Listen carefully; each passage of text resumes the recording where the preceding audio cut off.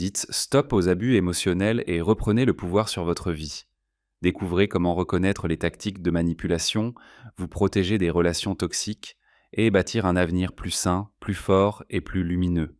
Bonjour, je suis Eric Holt et vous écoutez Gaslighting. Reconnaissez la manipulation et les abus émotionnels, repérez les narcissiques et défendez-vous contre les tactiques de psychologie noire pour vous libérer des relations toxiques. Mis à votre disposition par United Audiobooks français, j'espère que vous apprécierez mon livre audio. Commençons. Introduction. Allez, maintenant. Je n'ai jamais dit ça. Thomasia, tu es juste trop sensible. Je ne comprends pas pourquoi tu fais toute une histoire à propos de ça. Le mot gaslighting est utilisé par les psychologues pour décrire une forme particulière de manipulation dans laquelle le manipulateur tente de faire douter la cible ou le groupe cible de sa réalité, de sa mémoire ou de ses perceptions. Et les psychologues s'accordent à dire que c'est toujours un problème majeur. C'est toujours dangereux. Lâcher prise sur la réalité comporte des risques assez importants. Cela peut commencer par des offenses insignifiantes.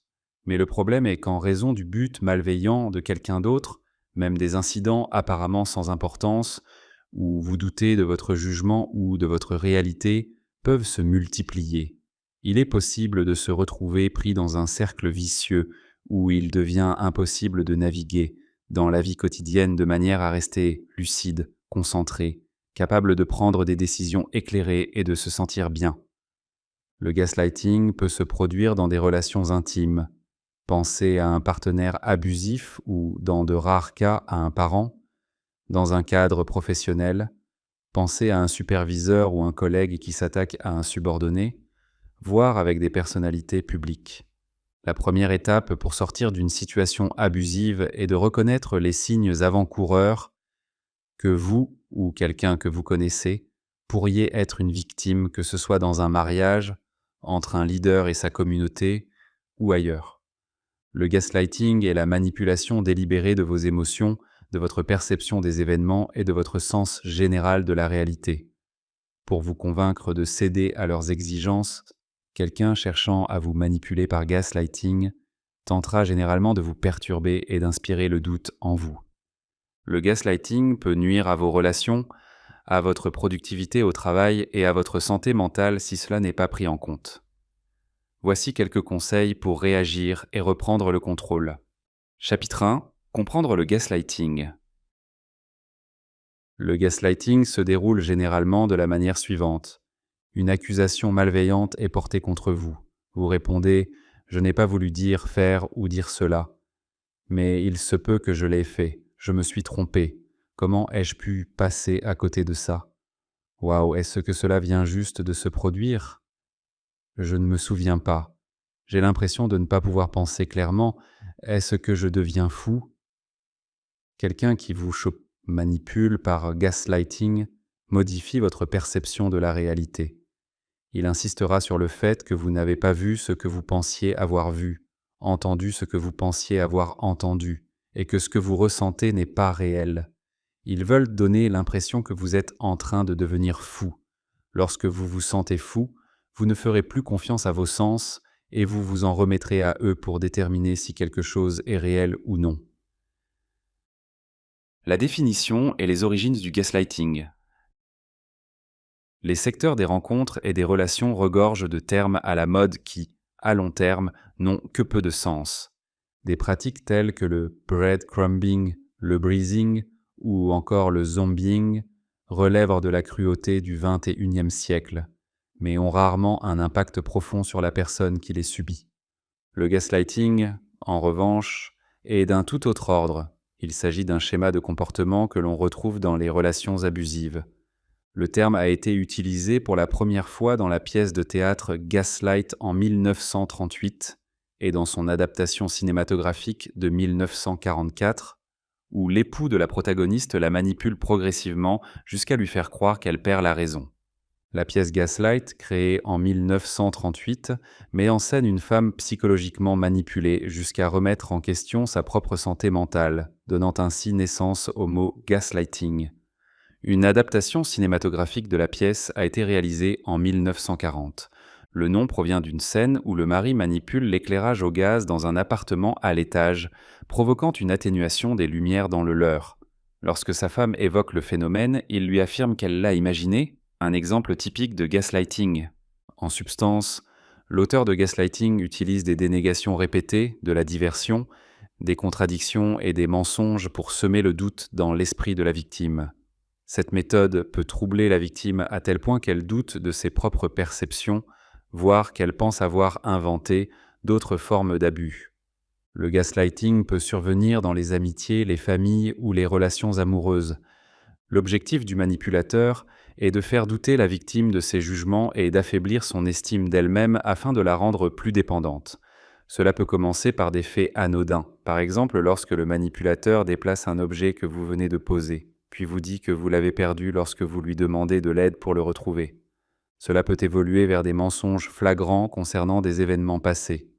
Le manipulateur peut nier avoir tenu certains propos ou affirmer que des événements entiers, comme une agression verbale ou physique, n'ont jamais eu lieu.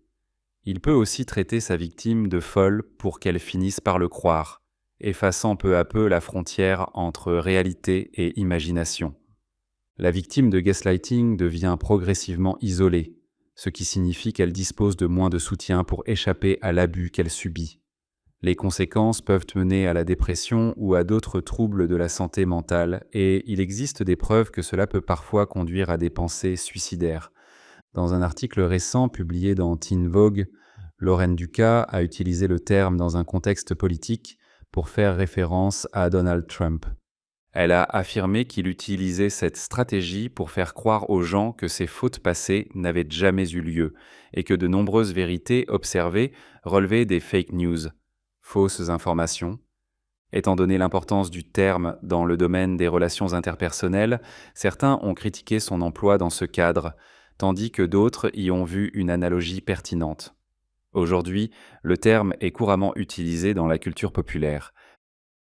Comment repérer le gaslighting ? Le gaslighting est une technique qui remet en question la perception qu'une personne a de la réalité. Lorsqu'on est victime de gaslighting, on peut en venir à douter de soi-même, de ses opinions, de ses souvenirs et des événements récents. Après avoir parlé avec la personne qui vous manipule, vous pouvez vous sentir confus et vous demander s'il y a quelque chose qui ne va pas chez vous.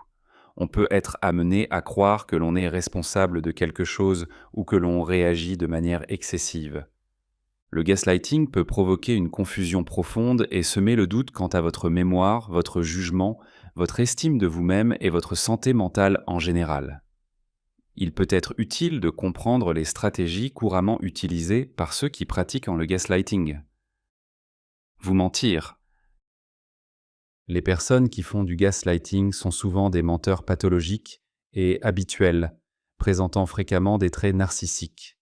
Elles mentent ouvertement et refusent d'admettre ou de corriger leur version, même lorsque vous leur présentez des preuves. Elles peuvent dire des choses comme « tu inventes des choses, ça n'est jamais arrivé » ou « tu es folle, fou ».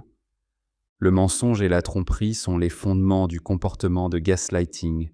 Ces individus peuvent être très convaincants, même quand vous savez qu'ils mentent. À terme, vous commencez à douter de vous-même. Vous discréditez. Les manipulateurs diffusent des mensonges et des calomnies à votre sujet auprès d'autres personnes. Malheureusement, cette stratégie peut s'avérer très efficace. De nombreuses personnes prennent parti pour l'abuseur ou le harceleur sans connaître toute l'histoire. Le manipulateur peut faire semblant de s'inquiéter pour vous tout en insinuant aux autres que vous êtes instable émotionnellement ou folle, faux. De plus, une personne qui fait du gaslighting peut vous tromper en vous faisant croire que vous êtes la seule à avoir une opinion négative sur vous-même. Elle fera tout pour vous persuader que d'autres ont tenu des propos blessants à votre sujet, même si ce n'est pas le cas. Vous distraire. Lorsque vous interrogez un manipulateur ou le confrontez à ses actes ou propos, il peut essayer de changer de sujet en vous posant une question au lieu de répondre. Cela détourne votre attention et vous pousse à vous demander s'il est utile de continuer à insister, puisque la personne ne semble pas vouloir répondre. Minimisez vos pensées et émotions. Un manipulateur peut prendre le contrôle en banalisant vos émotions. Il peut dire des choses comme « calme-toi »,« Tu réagis de manière excessive ou pourquoi es-tu si sensible? Ces remarques diminuent vos sentiments ou vos pensées, insinuant que vous avez tort. Vivre avec quelqu'un qui ne reconnaît jamais vos émotions, vos opinions ou vos idées peut vous faire douter de vous-même. De plus, vous pouvez avoir l'impression de ne jamais être compris ni écouté, ce qui est extrêmement isolant, humiliant et difficile à vivre. Inverser la culpabilité. Une autre technique fréquente du gaslighting consiste à inverser la responsabilité.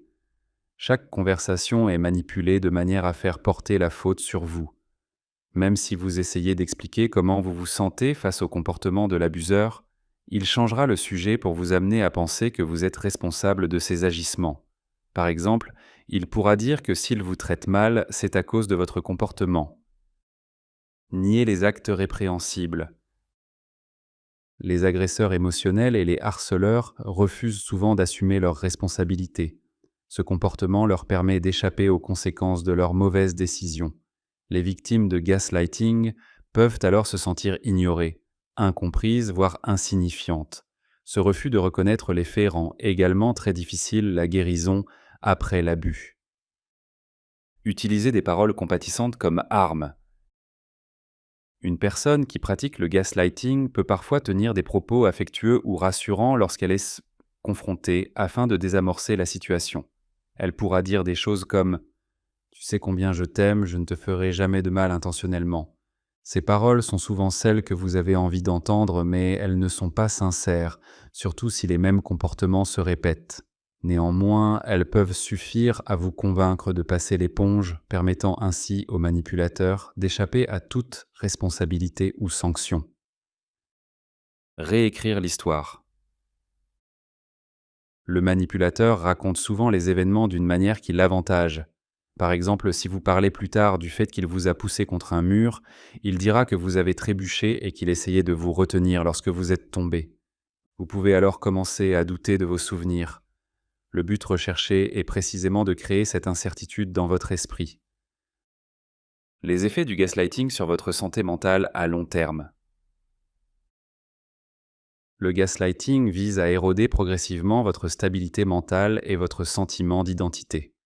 Il peut falloir des semaines, des mois, voire des années avant de réaliser ce qui se passe, car cela se produit souvent de manière insidieuse. Même si la victime n'a pas conscience des comportements de son agresseur, le gaslighting peut avoir des effets durables. Ces conséquences rendent plus difficile la sortie d'une relation abusive, surtout si le manipulateur pourvoit à un besoin fondamental, comme le logement ou le soutien financier.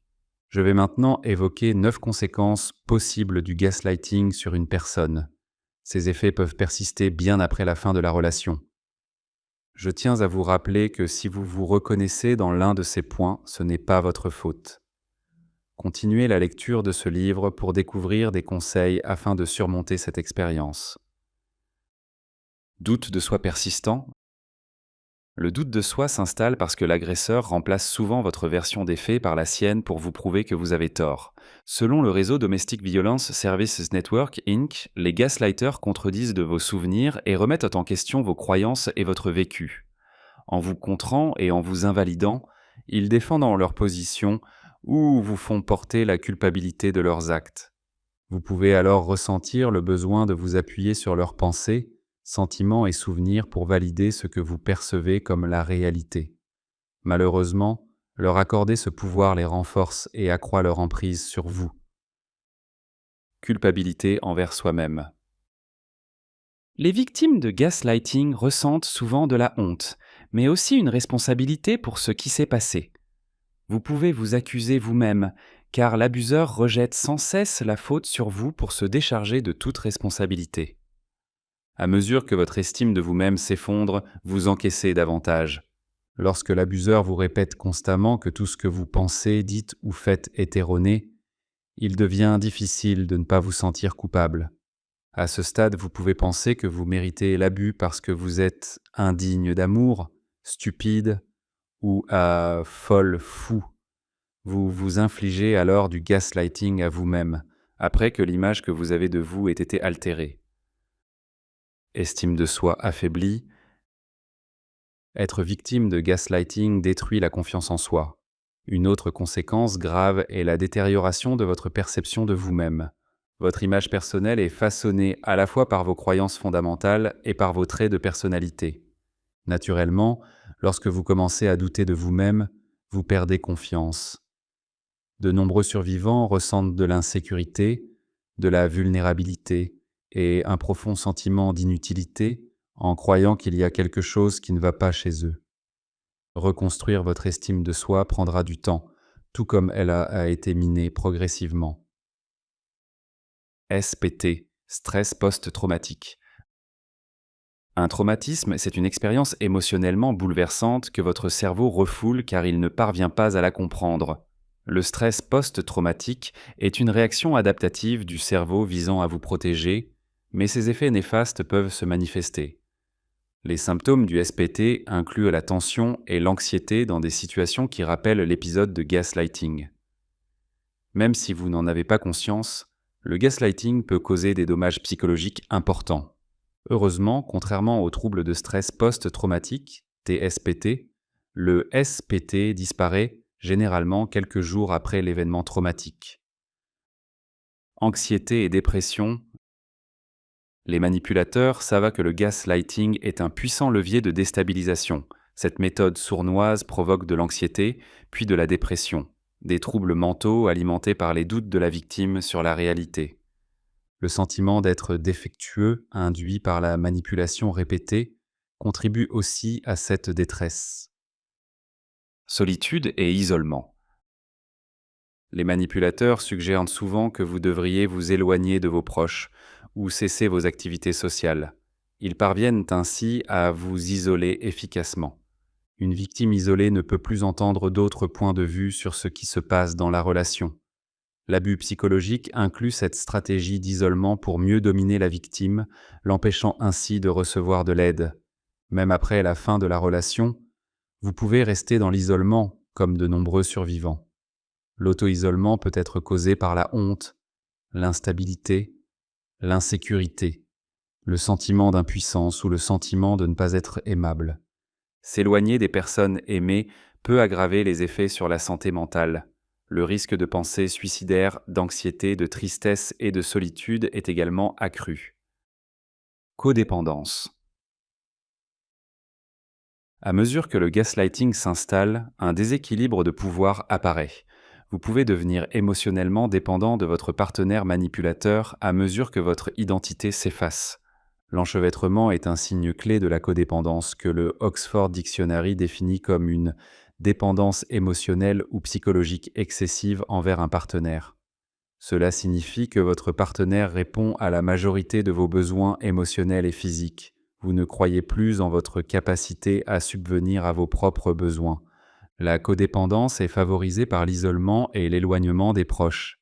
Elle aggrave les effets du gaslighting au fil du temps. Difficulté à prendre des décisions seul. Si vous remettez constamment vos choix en question, vous avez peut-être été victime de gaslighting. Selon Mental Health America, MHA, le gaslighting attaque votre perception de la réalité et altère votre capacité à prendre des décisions indépendantes. Avez-vous récemment eu du mal à trancher par vous-même ? Vous pouvez vous sentir impuissant sans le manipulateur pour guider vos choix. Vous pourriez même chercher à renouer avec lui pour fuir ce sentiment de vide. Mais souvenez-vous que c'est cette même personne qui a miné votre valeur. Les experts déconseillent de rechercher l'aide ou l'attention de l'abuseur, car cela vous exposerait à une nouvelle manipulation. Perte de confiance. Lorsqu'il se prolonge, le gaslighting entraîne généralement une perte de confiance. Vous finissez par ne plus croire vos cinq sens ni votre bon sens comme source fiable, mais la perte de confiance ne s'arrête pas là. Vous pouvez ressentir de la trahison et de la colère en réalisant qu'un ami, un partenaire ou un supérieur vous a manipulé. Une réaction fréquente à la trahison est de ne plus faire confiance tout court. Selon les statistiques, 80% des personnes souffrant du syndrome post-trahison ont peur de faire à nouveau confiance. Ce manque de confiance peut se répercuter sur vos autres relations. Il peut se manifester par une vigilance constante à l'égard de signes de gaslighting ou de trahison. Ce sont là des symptômes de paranoïa et d'hypervigilance, surveillance accrue. J'espère que vous appréciez mon livre audio jusqu'à présent. Ce serait un plaisir si vous pouviez me dire ce que vous pensez de ce livre audio dans la section des commentaires ci-dessous. Nous vous serions reconnaissants de laisser un j'aime à cette vidéo et de vous inscrire à United Audiobooks français pour avoir accès à d'autres livres audio à succès à l'avenir. Par ailleurs, si vous souhaitez obtenir d'autres livres audio gratuits, veuillez cliquer sur le premier lien dans la description ci-dessous. Passons maintenant au chapitre suivant. Chapitre 2. Reconnaître les tactiques de manipulation. Toute relation peut comporter des tendances manipulatrices. Cependant, il est possible de les éviter en sachant les identifier. N'importe qui peut être victime de manipulation dans une relation, qu'il s'agisse d'amis, de partenaires amoureux, de parents ou d'autres membres de la famille. Même votre employeur ou vos collègues peuvent adopter des comportements trompeurs. Pourtant, une personne manipulatrice peut être difficile à déceler. La manipulation relationnelle peut parfois être si subtile et efficace que vous finissez par douter de votre propre perception de la situation, plutôt que du comportement ou des intentions de l'autre personne. Il est encore plus difficile de reconnaître les stratégies manipulatrices lorsqu'il y a du gaslighting. Mais si vous savez ce qu'il faut repérer, vous pouvez vous protéger contre les ruses psychologiques et les techniques de manipulation avant même qu'elles ne commencent. Comportement manifeste versus comportement caché. Exemple dans les relations. Comprendre la différence entre comportement manifeste et comportement caché et comment il se manifeste de manière négative dans les relations n'est pas une tâche simple. Toutefois, le secret pour surmonter ces situations réside dans la compréhension. Déceler les comportements cachés peut être extrêmement déroutant et difficile. La personne ciblée dans la relation n'a souvent aucune idée de ce qui se passe ni de la manière dont elle devrait réagir. Beaucoup ignorent à quel point les actions cachées peuvent tromper les personnes extérieures observant la relation. L'entourage proche du couple réagit souvent de façon involontairement favorable à l'agresseur, abandonnant ainsi la victime par incompréhension. Nous allons définir les comportements cachés et manifestes, fournir des exemples dans le cadre des relations, examiner leur impact sur les personnes concernées et montrer comment ils induisent en erreur ceux qui observent la relation de l'extérieur afin de dissiper toute confusion. En lisant et en vous informant, vous pouvez contribuer à prévenir les dégâts que les abus cachés causent à la société. C'est parti. Définition des comportements manifestes et cachés. En anglais, anor, overt signifie simplement apparent ou visible. Covert, quant à lui, désigne ce qui est dissimulé ou caché. Ces deux types de comportements influencent les relations. Les pensées ou motivations internes à l'origine d'un comportement manifeste à l'extérieur sont qualifiées de comportements cachés. Le terme « comportement manifeste » fait référence aux actions visibles prises par une personne en lien avec une intention ou une pensée intérieure. Les comportements cachés et manifestes peuvent faire partie de relations saines. Mais que se passe-t-il lorsqu'il y a abus? Abus caché. Un abus caché est une action qui ne paraît pas immédiatement abusive. C'est la dynamique cachée derrière l'acte qui en fait un abus. Plutôt que d'être perçus instantanément comme abusifs, les comportements abusifs cachés peuvent être déguisés en compassion, douleur ou incompréhension. Il est difficile de reconnaître facilement ces comportements. À l'inverse, les comportements abusifs manifestes ne passent pas inaperçus. Cependant, parce qu'ils vivent une réalité différente de celle de leurs partenaires, les personnes maltraitées ont encore plus de mal à reconnaître les comportements cachés dans une relation intime. Elles veulent croire que leur partenaire agit par amour et non par domination ou manipulation. Il leur est presque impossible d'identifier ces comportements toxiques dissimulés. Comment les comportements manifestes et cachés affectent une relation? Certains comportements manifestes et cachés peuvent nuire à une relation, même en l'absence d'abus. Prenons l'exemple d'une situation parent-enfant. L'enfant fait des cauchemars plusieurs nuits de suite et se réveille terrifié et en larmes.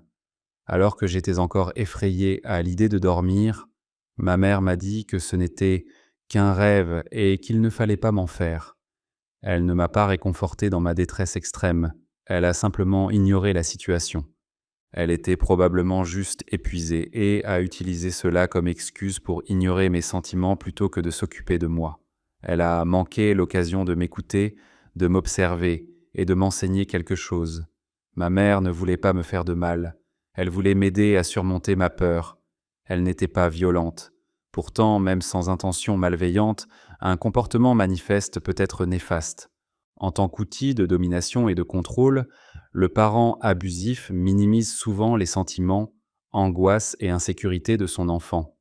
L'enfant devient peu à peu de plus en plus dépendant du parent à mesure que son estime de soi diminue. Les parents narcissiques cherchent à renforcer fortement la dépendance émotionnelle de leur enfant pour devenir le centre de son attention. Exemple de comportements manifestes et cachés. Quels sont les comportements manifestes et cachés dans une relation?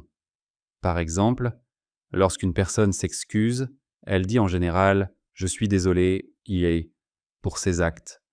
Le regret est la motivation cachée derrière une excuse manifeste, mais un comportement caché souvent utilisé par les narcissiques pour contrôler les comportements ou réactions d'autrui est l'excuse partielle ou fausse. Cette excuse n'est pas motivée par un vrai sentiment de regret. Au lieu de cela, l'acte manifeste de s'excuser est utilisé pour éviter toute responsabilité, inciter la victime à passer l'éponge et détourner l'attention du comportement toxique de l'agresseur. Si vous ne repérez pas ce comportement subtil, l'excuse manifeste vous trompera. Grâce à ce mensonge, l'agresseur peut manipuler son partenaire et relancer le cycle abusif. Étudier certaines stratégies courantes utilisées par les abuseurs cachés peut vous aider à mieux comprendre comment ces comportements sont employés dans les relations toxiques. Voici quelques exemples fréquents de comportements cachés dans les relations émotionnellement abusives. Les blagues.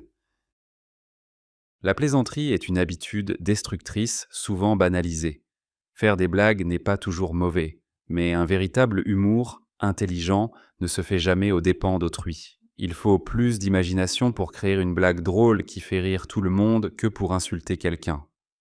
Dans certaines familles, on aime humilier les autres. À table, on peut s'attaquer aux insécurités de chacun pour faire rire. Ou encore, si l'un de vos enfants échoue à l'école, la famille peut choisir de plaisanter et d'être sarcastique à ce sujet. Même si ce type d'humour est habituel dans votre foyer, il a un effet négatif profond sur l'enfant. Il le pousse à se sentir honteux, peu sûr de lui, et lui apprend qu'il doit réussir pour être aimé.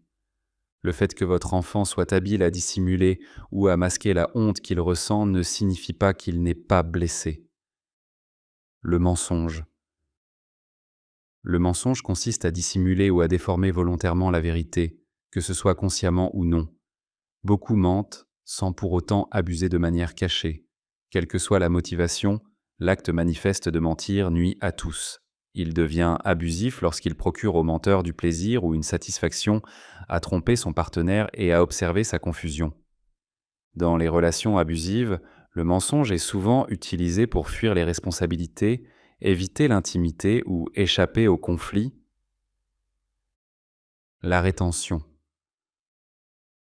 L'une des formes les plus néfastes d'abus cachés est la rétention.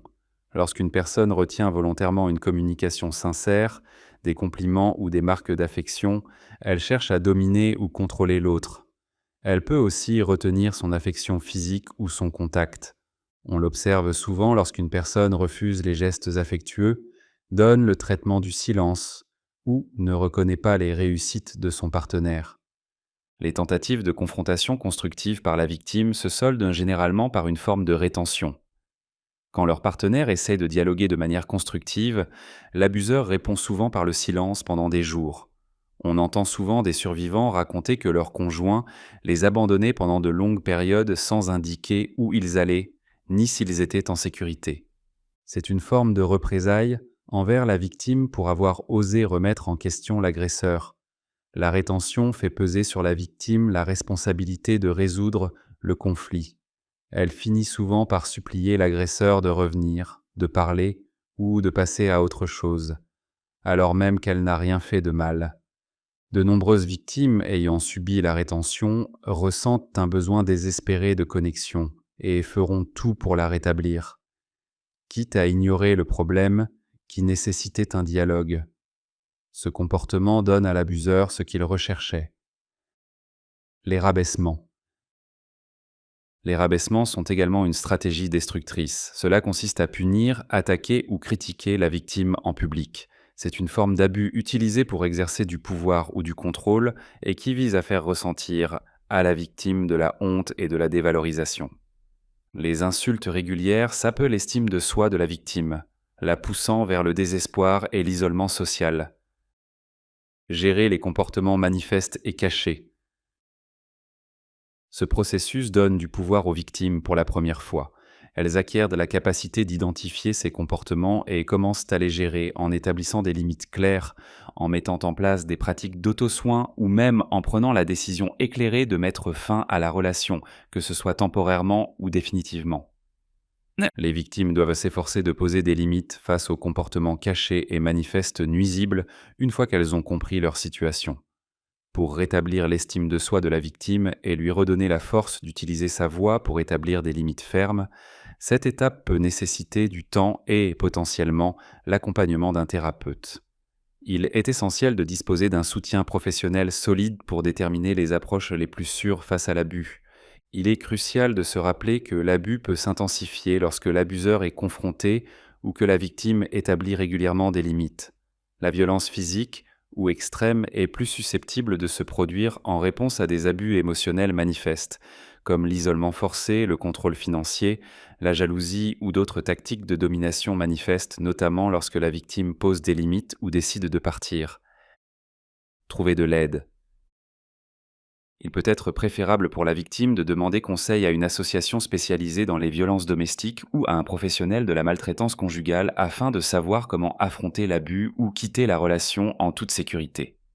Même lorsque des limites strictes sont mises en place, l'abuseur peut refuser d'assumer ses responsabilités ou de changer.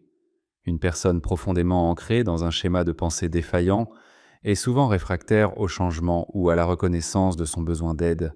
Si cette personne bénéficie d'un accompagnement compétent par un professionnel, ses chances de changement sont accrues. Selon les statistiques, la plupart des abuseurs ne sont pas disposés à faire les efforts nécessaires à leur transformation. Chapitre 3. Démasquer le narcissisme.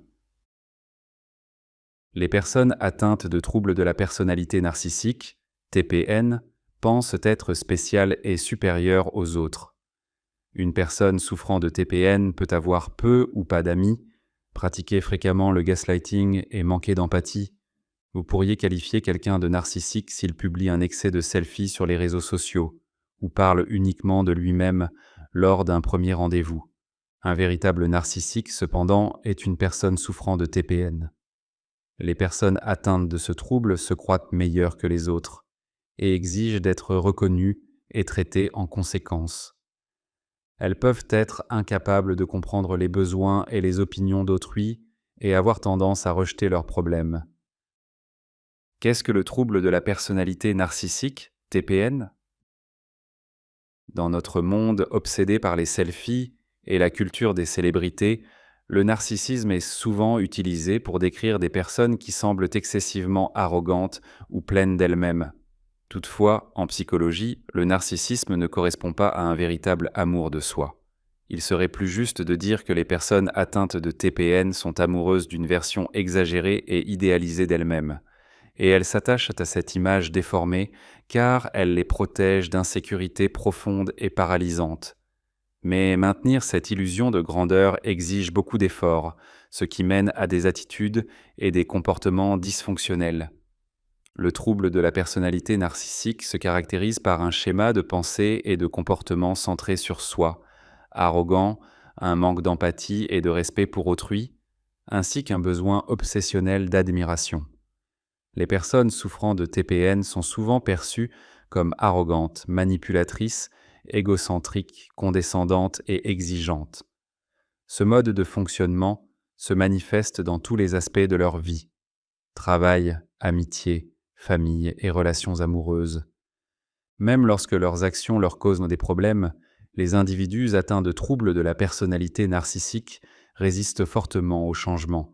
Ils ont tendance à rejeter la faute sur les autres. De plus, en raison de leur extrême sensibilité, ils s'offusquent facilement de la moindre remarque, dispute ou critique perçue qu'ils considèrent-ils comme une attaque personnelle. Il est souvent plus simple pour leur entourage de céder à leurs exigences afin d'éviter leur froideur ou leurs accès de colère. Mais en apprenant à mieux connaître le trouble de la personnalité narcissique, vous pouvez identifier les narcissiques, vous protéger de leur lutte de pouvoir et instaurer des limites plus saines. Signes et symptômes du trouble de la personnalité narcissique. TPN. Sens grandiose de leur propre importance, le trait distinctif du narcissisme est la grandiosité. Il s'agit d'un faux sentiment de supériorité qui va bien au-delà de la simple vanité. Les narcissiques estiment que seules d'autres personnes spéciales peuvent comprendre à quel point ils sont remarquables ou uniques. Ils se considèrent comme trop exceptionnels pour tout ce qui est banal ou ordinaire. Ils ne souhaitent entretenir des liens qu'avec des individus, des groupes ou des objets prestigieux. De plus, ils se croient supérieurs aux autres et exigent de l'admiration pour cela, même s'ils n'ont rien accompli qui le justifie. Ils exagèrent de souvent, voire inventent de toutes pièces, leurs réalisations et compétences. Lorsqu'ils parlent de leur travail ou de leurs relations, tout ce que vous entendrez, c'est à quel point ils sont formidables, ce qu'ils apportent, et la chance qu'ont les autres de les avoir dans leur vie. Les autres ne sont que des figurants, eux seuls sont les véritables vedettes. Vivent dans un monde imaginaire nourri par leur illusion de grandeur. Les narcissiques vivent dans un monde imaginaire soutenu par la distorsion, l'auto-tromperie et une pensée magique, car la réalité contredit leur perception grandiose d'eux-mêmes. Ils créent des illusions de réussite infinie, de pouvoir, d'intelligence, de beauté ou d'amour idéal, qui leur donnent le sentiment d'être uniques et en contrôle. Ils ignorent ou rationalisent les faits et les opinions contraires, car ces illusions les protègent d'un profond vide intérieur et de la culpabilité. Ceux qui les côtoient apprennent à être prudents, car toute tentative de percer leur bulle est reçue avec une forte défensive, voire de la colère. Besoin constant de louange et de reconnaissance. Le complexe de supériorité du narcissique est comme un ballon qui se dégonfle en l'absence d'admiration constante. Un simple compliment occasionnel ne suffit pas. Les narcissiques s'entourent de personnes prêtes à satisfaire leurs besoins obsessionnels d'affirmation. Ces relations sont très déséquilibrées. L'admirateur du narcissique passe toujours en premier, jamais l'inverse. Et toute baisse ou interruption d'attention est perçue comme une trahison.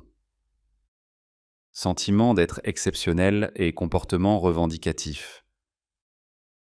Les narcissiques estiment mériter un traitement privilégié en raison de leur prétendue supériorité. Ils s'attendent sincèrement à ce que leurs désirs soient exaucés. Ils considèrent que tout le monde doit répondre à leurs moindres besoins. Si vous ne prévoyez pas ou ne comblez pas leurs attentes, vous êtes sans valeur à leurs yeux. Et si vous osez vous opposer à eux ou réclamer quelque chose en retour, attendez-vous à de l'hostilité, de la colère ou du mépris. Exploit dans les autres sans culpabilité ni honte. Les narcissiques ne développent jamais une véritable empathie, ni la capacité de se mettre à la place des autres. Ils considèrent leur entourage comme des instruments destinés à satisfaire leurs besoins. Par conséquent, ils n'ont aucun scrupule à exploiter les autres pour parvenir à leurs fins. Bien que cette forme d'abus puisse être malveillante, elle est souvent simplement négligente. En résumé, les narcissiques ne réalisent pas l'impact de leurs actions sur autrui. Même si vous leur faites remarquer, ils ne comprendront pas. Ils ne perçoivent que leurs propres besoins. Insultent, menacent, rabaissent ou harcèlent fréquemment. Les narcissiques se sentent menacés par ceux qui semblent posséder ce qu'ils n'ont pas, surtout les personnes sûres d'elles ou populaires. Ceux qui ne se soumettent pas à eux ou qui les défient sont perçus comme des dangers. Leur mécanisme de défense, le mépris. Rabaisser ces personnes est leur moyen de protéger leur ego vacillant. Ils peuvent réagir avec condescendance ou indifférence pour signifier que l'autre n'a aucune importance. Ils peuvent également user d'insultes, de moqueries, d'intimidation ou de menaces pour faire plier l'autre. Tout cela repose sur un égoïsme exacerbé au détriment des autres et sur un manque total d'empathie. Comme pour la plupart des troubles mentaux ou de la personnalité, il existe différents niveaux de gravité du TPN. Le narcissisme se situe sur un spectre. Par exemple, certaines personnes atteintes de TPN peuvent sembler très fonctionnelles et sociables dans des contextes ambulatoires, mais faire preuve d'agressivité dans des milieux hospitaliers. L'intensité des comportements agressifs peut souvent indiquer la gravité du trouble. Les relations intimes sont souvent difficiles, car les personnes atteintes de TPN souffrent fréquemment d'autres troubles physiques ou psychiques, comme des addictions ou de l'anxiété. Même si vous êtes très proche de quelqu'un, il peut être difficile de savoir s'il souffre de TPN, même avec les critères diagnostiques officiels. En général, un diagnostic de TPN est posé par un professionnel certifié à l'issue d'un entretien psychiatrique classique. Cependant, connaître les symptômes du TPN peut vous aider à mieux comprendre votre relation. Voici quelques signaux d'alerte et conseils pour y faire face. Premier, ils étaient charmants au début. Les personnes souffrant de TPN aiment les fantasmes et les illusions grandioses. Au début, votre relation a peut-être ressemblé à un conte de fées, compliments abondants, déclarations d'amour précoces. Même si vous venez à peine de commencer à vous fréquenter, ils peuvent vous complimenter sur votre intelligence ou insister sur votre compatibilité. Les narcissiques croient que seuls des individus spéciaux peuvent les comprendre et qu'ils méritent de fréquenter des gens exceptionnels. Soyez vigilant si quelqu'un en fait trop dès le départ. Oui, il est agréable de se sentir désiré, mais le véritable amour se construit avec le temps. Si vous trouvez qu'il est trop tôt pour qu'il vous aime vraiment, vous avez probablement raison. Les personnes atteintes de TPN peuvent créer des liens superficiels dès le début d'une relation. 2. Ils monopolisent de la conversation et se vantent constamment. Les individus atteints de TPN peuvent surestimer leurs réalisations, avoir une perception exagérée d'eux-mêmes et attendre qu'on les admire. Ils aiment parler de leurs exploits et de leurs talents. Cela reflète leur croyance en leur supériorité intellectuelle ou personnelle et leur donne une impression de confiance en soi. Dans ces récits, ils exagèrent souvent leurs compétences pour susciter l'admiration. Ils sont tellement centrés sur eux qu'ils ne vous écoutent même pas. 2 signes à surveiller, votre partenaire parle sans cesse de lui-même et ne s'intéresse jamais à vous. Posez-vous ces questions. Lorsqu'il est question de vous, que se passe-t-il? Vous pose-t-il des questions? S'intéresse-t-il réellement à votre réponse? Ou ramène-t-il tout à eux? 3e, ils se nourrissent de vos compliments. Les narcissiques peuvent m'en donner l'impression d'être très sûrs d'eux. En réalité, la plupart ont une faible estime d'eux-mêmes et ont besoin de beaucoup d'attention et d'admiration. S'ils ne reçoivent pas suffisamment d'éloges, ils iront en chercher ailleurs. C'est pourquoi ils attendent de vous que vous confirmiez leur grandeur. Les narcissiques comptent sur les autres, souvent des personnes très empathiques, pour leur donner un sentiment de valeur. Mais leur manque de confiance les rend vulnérables et leur besoin de flatterie est constant. La différence principale entre une personne confiante et une personne souffrant de TPN, c'est que cette dernière a besoin des autres pour se valoriser et ne peut se valoriser qu'en rabaissant autrui. Une personne sûre d'elle ne fait ni l'un ni l'autre. Les proches des narcissiques peuvent être punis s'ils ne sont pas assez flatteurs. 4e, ils ne sont pas empathiques. L'un des traits les plus caractéristiques du trouble de la personnalité narcissique, TPN, est l'incapacité à ressentir ce que ressent une autre personne ou à faire preuve d'empathie. Les personnes atteintes de TPN ont souvent du mal à exprimer des regrets et à comprendre les pensées et points de vue d'autrui. Les narcissiques ne comprennent pas les émotions. Ils ne peuvent pas vous faire sentir vu, entendu, compris ou accepté. Votre partenaire se soucie-t-il de vous lorsque vous vous disputez avec vos parents, que vous êtes en froid avec votre meilleur ami ou que vous passez une journée difficile au travail? Ou perd-il tout intérêt lorsque vous exprimez votre colère ou votre tristesse? Beaucoup, voire toutes, des relations entretenues par les personnes atteintes de TPN se terminent par une rupture ou un divorce en raison de leur incapacité à faire preuve d'empathie ou même de simple compassion. 5. Ils ont peu ou pas d'amis de longue date. Les individus atteints de TPN ont souvent des conflits avec les autres. En creusant un peu, on découvre qu'ils ont peu d'amis proches ou durables. Ils peuvent aussi se montrer excessivement sensibles et en insécurité. Ils peuvent se mettre en colère si vous souhaitez passer du temps avec d'autres personnes.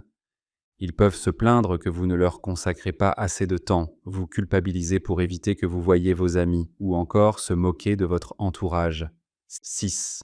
Ils vous rabaissent constamment. Peut-être que cela a commencé comme des taquineries, mais c'est vite devenu cruel. Soudainement, tout ce que vous faites les dérange. Votre tenue, votre nourriture, vos fréquentations ou les émissions que vous regardez. Les personnes atteintes de TPN montrent souvent de l'antagonisme et des comportements hostiles, ce qui a un impact profondément négatif sur les autres. Ils se moqueront de vous, vous lanceront des remarques blessantes et feront des blagues vulgaires. Leur objectif est de miner votre estime de soi pour renforcer la leur. Cela leur donne un sentiment de pouvoir. De plus, votre réaction à leurs propos peut leur servir de justification. Le narcissique aime susciter une réaction.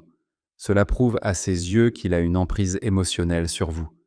Si quelqu'un vous attaque après une réussite ou un moment de fierté, partez immédiatement. Un narcissique invoquera souvent un prétexte du type « Tu as pu faire ça parce que moi je n'ai pas bien dormi » afin de minimiser vos mérites et vous faire comprendre que vous ne lui êtes pas supérieur. À leurs yeux, personne ne l'est. 7. Ils pratiquent le gaslighting. Le gaslighting, caractéristique centrale du narcissisme, est une forme de manipulation et d'abus émotionnel. Les personnes atteintes de TPN ont tendance à mentir effrontément, accuser faussement, tordre les faits et altérer la réalité. Cela s'accentue lorsqu'elles se sentent menacées ou craignent l'abandon. Leur but est de faire douter les autres et d'affirmer leur supériorité. Les narcissiques utilisent la manipulation pour vous pousser à les admirer, car ils se nourrissent de cette adoration. 8. Ils ne s'excusent jamais car ils pensent toujours avoir raison. Les personnes souffrant de TPN sont souvent décrites comme hautaines et arrogantes. Cela rend toute discussion difficile, voire impossible. Avec un narcissique, il n'y a pas de place pour le compromis ou l'échange d'idées. Il a toujours raison. Il ne reconnaît même pas le conflit comme tel. À ses yeux, il se contente de vous exposer une vérité. Si vous avez l'impression que votre partenaire ne vous écoute pas, ne vous comprend pas, ne reconnaît jamais sa responsabilité ou ne cherche pas à résoudre les problèmes, il se peut qu'il soit narcissique. Bien que rompre soit souvent la meilleure option, il est recommandé d'éviter la confrontation. Le manque de contrôle et l'absence d'affrontement peuvent rendre le narcissique furieux. Moins vous résistez, moins il aura d'emprise sur vous.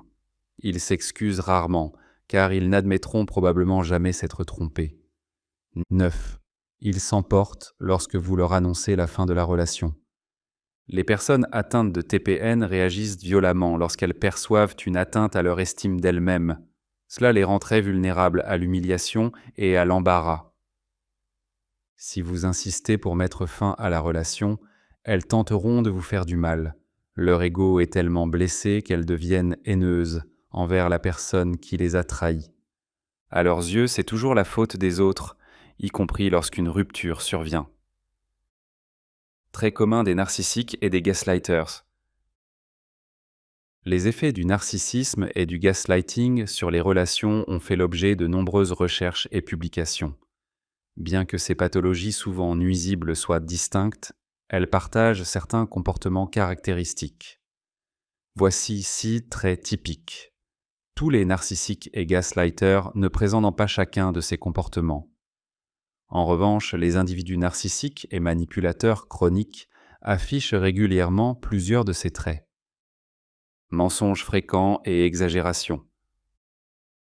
Les narcissiques et les gaslighters mentent souvent, formulent des affirmations exagérées sur les autres et se valorisent en rabaissant autrui. Les gaslighters vous font généralement vous sentir inférieur à travers des accusations mensongères, des critiques constantes et une intimidation psychologique. Les narcissiques, eux, cherchent à paraître supérieurs et spéciaux en se vantant, en prenant des mérites qu'ils ne méritent pas, ou en pratiquant d'autres formes d'auto-glorification.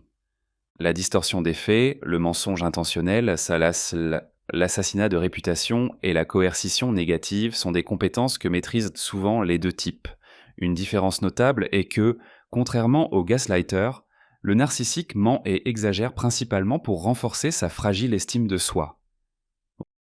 Refus de reconnaître leurs erreurs et agressivité face aux critiques. Susceptibles et pacifiables et facilement offensés, les narcissiques et gaslighters se refusent malin souvent de prendre leurs responsabilités. Le narcissique a tendance à fuir, claquer la porte, éviter, imposer le silence, bouder ou faire preuve d'agressivité passive, ou à attaquer en cas de confrontation. Colère explosive, excuses, déni, accusation, hypersensibilité, etc. Pour oppresser ou effrayer leurs opposants, les gaslighters amplifient ou multiplient leurs accusations infondées ou leurs pressions. Nombre d'entre eux voient les relations comme un jeu à somme nulle. Il faut gagner ou perdre, dominer ou être dominé. Leur devise implicite pourrait être « La meilleure défense, c'est l'attaque ». Projection d'une image trompeuse. Pour masquer leur vulnérabilité, les narcissiques et gaslighters se présentent souvent sous un jour idéalisé. De nombreux narcissiques cherchent à impressionner en soignant leur apparence. Le message sous-jacent « Je suis meilleur que toi » ou « Admire-moi, je suis exceptionnel ». Ce complexe du trophée peut se manifester physiquement, sexuellement, socialement, sentimentalement, religieusement, matériellement, financièrement, professionnellement, académiquement ou culturellement. Les gaslighters, en revanche, cultivent une image de dominant, un alpha dans leurs interactions personnelles, au travail ou dans des sphères d'influence comme la politique ou les médias. Beaucoup d'entre eux se voient comme retuigi, comme des figures toutes puissantes, capables de juger et de punir à leur guise. Les manipulateurs pathologiques prennent plaisir à marginaliser ceux qu'ils oppriment. Ces façades masquent leur insécurité profonde. Tandis que les narcissiques veulent être adorés, les gaslighters cherchent à être obéis. Violation des règles et des limites. Beaucoup de narcissiques et de gaslighters aiment transgresser les lois et normes sociales. Les infractions typiques chez les narcissiques incluent le fait de donner des pourboires insuffisants, griller la file d'attente, envahir l'espace personnel, emprunter sans rendre, utiliser les biens d'autrui sans permission, enfreindre le code de la route, annuler des rendez-vous ou ne pas tenir leurs promesses. Chez les gaslighters, cela se traduit par des commentaires subtils mais dévalorisants, de l'humiliation en privé ou en public, et des attaques insidieuses. Ces violations supposent un sentiment d'impunité et une vision égocentrique du monde qui opprime et déshumanise la victime. Dans les cas extrêmes, cela peut déboucher sur des comportements criminels, abus financiers, harcèlement sexuel, viol, violence domestique, crimes haineux, violation des droits humains. Coercition et invalidation émotionnelle. Les narcissiques et gaslighters aiment propager des émotions négatives pour se sentir puissants et maintenir leur emprise. Ils invalident systématiquement les pensées, sentiments et besoins des autres et montrent peu de remords lorsqu'ils blessent. Bien qu'ils puissent être, mais ne sont pas systématiquement, violents physiquement, la souffrance émotionnelle est souvent plus marquante chez leurs victimes. Ils réagissent violemment aux signes d'indépendance ou d'affirmation de soi. Pour qui tu te prends ? Ils s'agitent dès qu'on les contredit ou qu'on ne répond pas à leurs attentes. Ils jugent rapidement les autres mais supportent mal la critique. En rabaissant autrui, ils se rassurent sur leurs propres valeurs. Manipulation. Utilisation ou contrôle d'autrui à des fins personnelles. Les narcissiques et de Zumlada utilisent souvent leurs partenaires, leur famille, leurs enfants, leurs amis ou leurs collègues pour combler leurs aspirations non réalisées, satisfaire leurs besoins égoïstes ou masquer leurs faiblesses. Ils manipulent aussi via la culpabilisation, le blâme ou la posture victimaire. Les gaslighters, quant à eux, contrôlent les relations de manière obsessionnelle. Ils dictent à autrui ce qu'il doit penser, ressentir et faire sous leur surveillance excessive. Ils deviennent critiques, mentent de façon répétée et sèment le doute pour réduire l'assurance de leurs victimes. La différence majeure entre narcissique et gaslighter, le premier exploite tandis que le second domine. Le narcissique cherche à combler une carence intérieure, être rejeté en tant que vrai moi, tandis que le gaslighter masque une insécurité chronique, peur de perdre le contrôle. C'est une combinaison toxique de vanité, de manipulation, de harcèlement et d'abus, tous utilisés pour compenser un profond sentiment d'inadéquation et de terreur intérieure. Dans les cas les plus graves, certaines personnes présentent à la fois des comportements narcissiques et des pratiques de gaslighting. Chapitre 4. Démêler la psychologie noire. Le gaslighting, le love bombing, bombardement d'amour, et d'autres formes d'interaction relationnelle destinées à prendre le pouvoir ou à exercer une influence sur autrui sont des exemples de comportements manipulateurs. Ces stratégies incluent souvent des tentatives visant à nuire au bien-être émotionnel et mental d'une personne. Une personne manipulatrice adopte généralement des comportements nuisibles sur le long terme, ce qui crée un déséquilibre de pouvoir. Ces comportements peuvent porter atteinte à votre confiance en vous et à votre identité, vous laissant confus, isolé, voire déprimé. La manipulation émotionnelle influence profondément la dynamique d'une relation et touche aussi bien les hommes que les femmes. Ce chapitre vous offre des repères pour identifier les manipulateurs et vous protéger contre la manipulation, en abordant les mécanismes émotionnels de la manipulation ainsi que les causes et symptômes de ces comportements toxiques. Qu'est-ce que la manipulation émotionnelle ? La manipulation émotionnelle est une forme de manipulation psychologique dans laquelle une personne tente de contrôler les émotions d'une autre par la persuasion, la contrainte ou même le chantage affectif. Aussi malsaine qu'elle puisse paraître, la manipulation émotionnelle n'est pas toujours préméditée. Elle peut être profondément ancrée, chronique ou devenir un réflexe à la suite d'un traumatisme ou d'événements négatifs vécus dans l'enfance. Certaines personnes agissent de manière manipulatrice parce qu'elles ont grandi dans un environnement où ce comportement était la norme, sans jamais apprendre d'autres modes de communication. D'autres, ayant été victimes d'abus, développent des comportements manipulateurs parce que leurs agresseurs les ont punis lorsqu'elles exprimaient leurs besoins de façon saine et directe. Les violences conjugales incluent souvent la manipulation émotionnelle, laquelle peut s'apparenter à une agression psychologique. Le charme. Nous aimons tous nous sentir séduisants et désirés, et les manipulateurs exploitent ce besoin en se montrant charmants. Ils pensent qu'en adoptant un comportement un peu séducteur, ils attireront leur cible et augmenteront leurs chances de la faire céder à leurs demandes. Nous connaissons tous quelqu'un qui obtient ce qu'il veut avec un clin d'œil et un compliment. La coercition. La coercition consiste à pousser quelqu'un à agir sous la menace ou la peur d'une conséquence. Exemple, si tu ne m'aides pas à cambrioler cette banque, je vais frapper ton chien. Glauque, non ?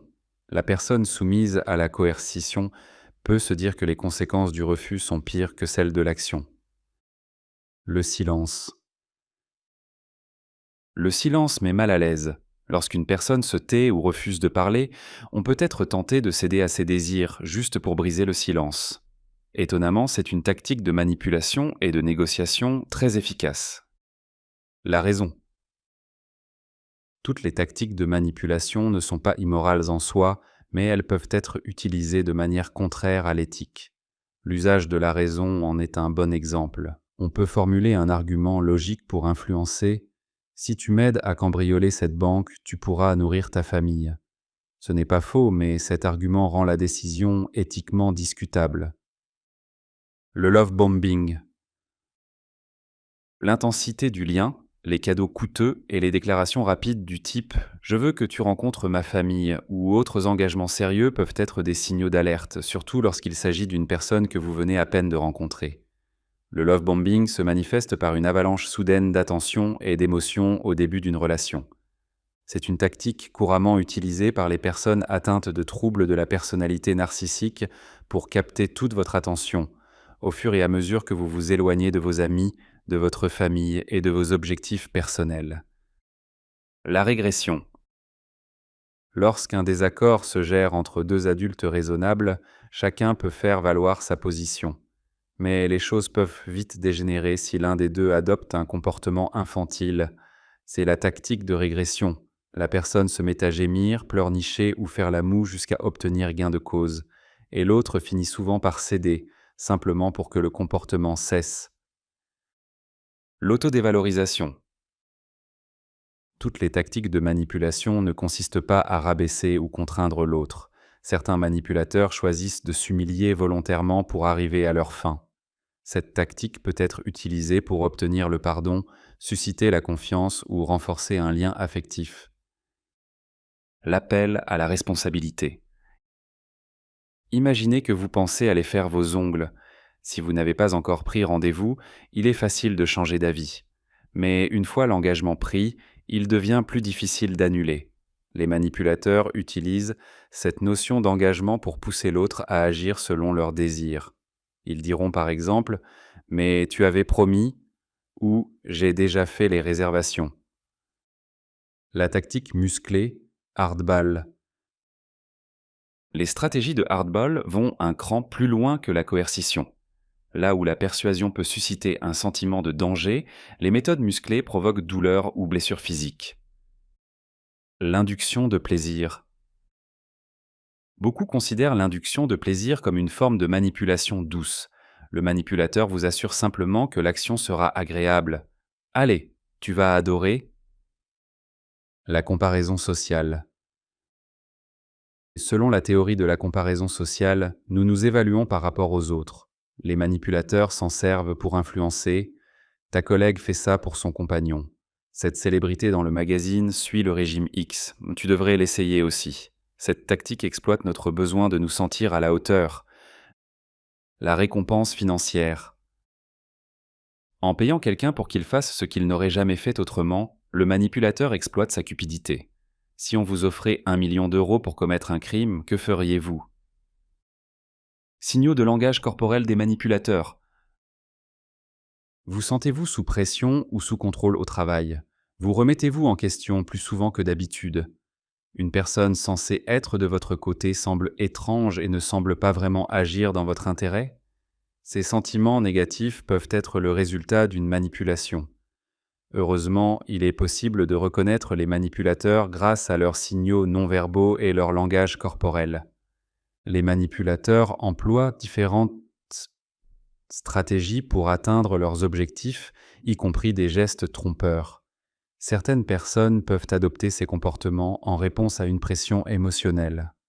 Cependant, lorsque ces gestes apparaissent sans signe visible de stress ou d'anxiété, cela peut indiquer une tentative de manipulation.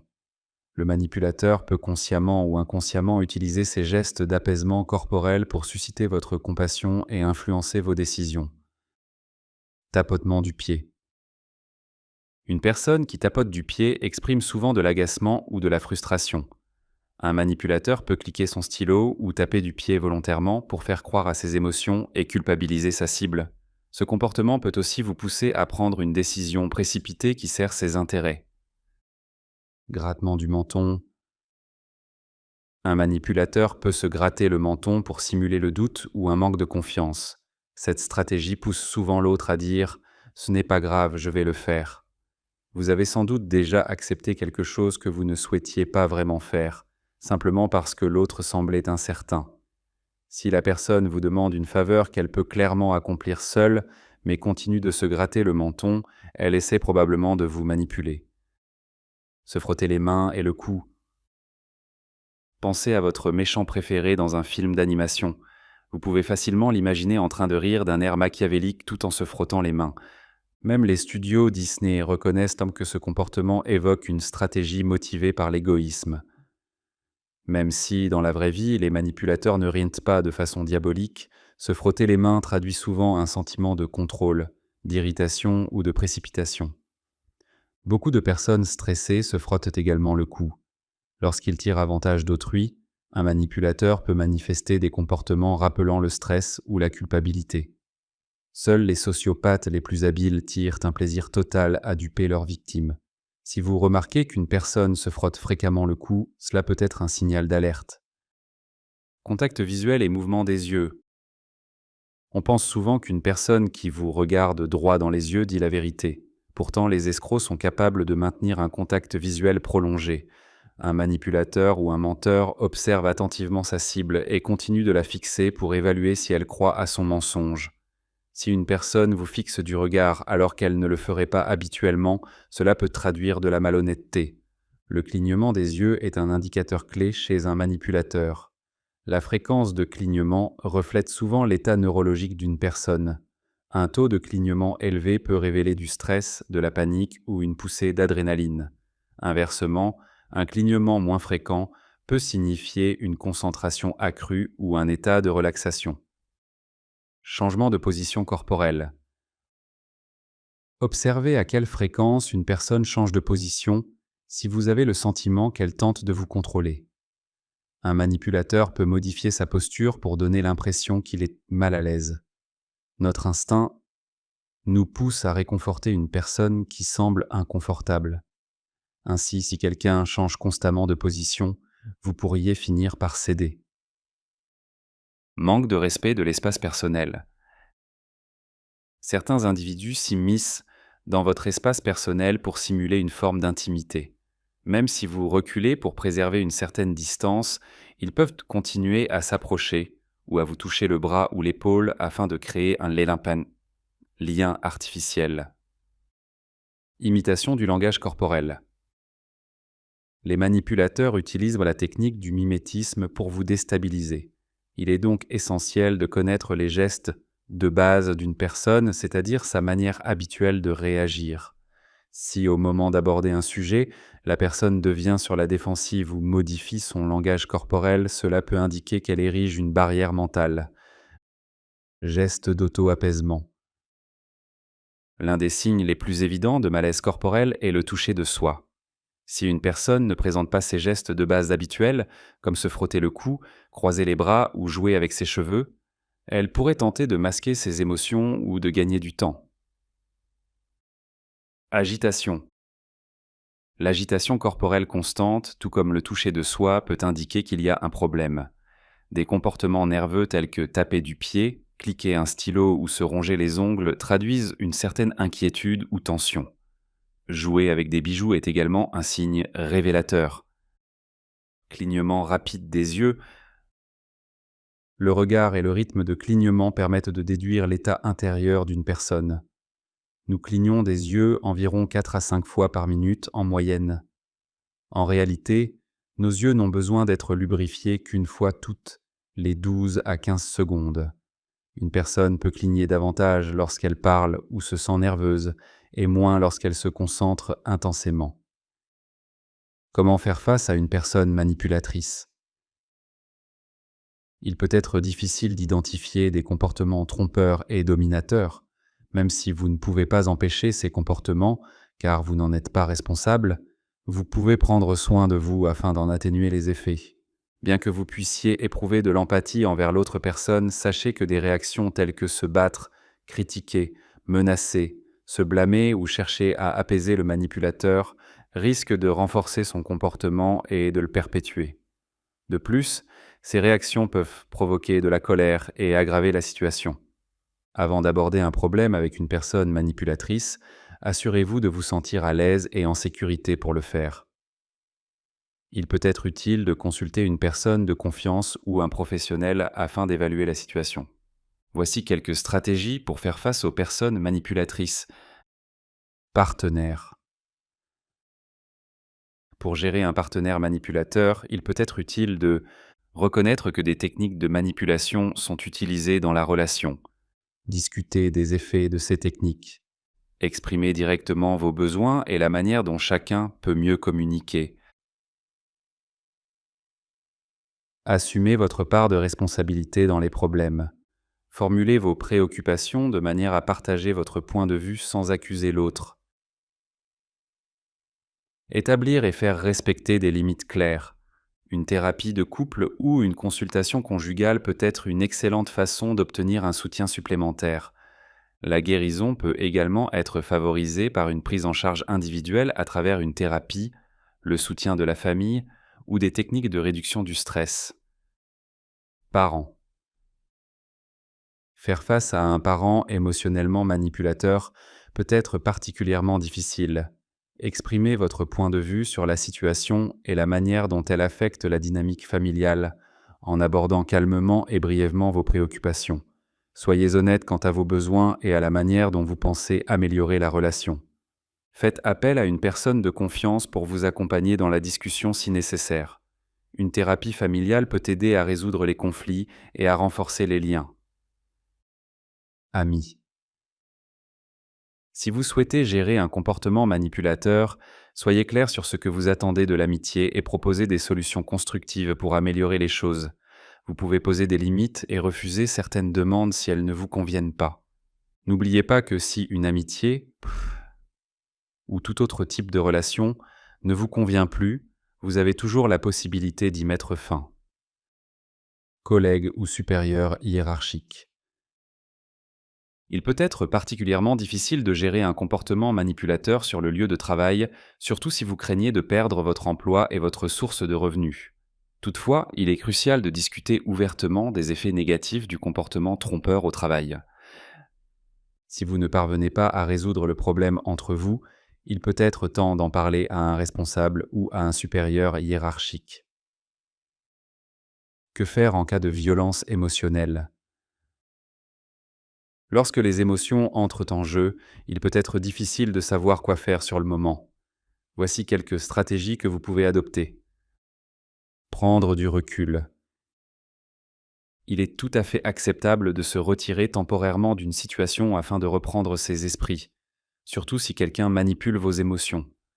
Informez calmement votre partenaire que vous avez besoin d'une pause de 20 minutes pour rassembler vos pensées et que vous souhaitez reprendre la discussion une fois revenu.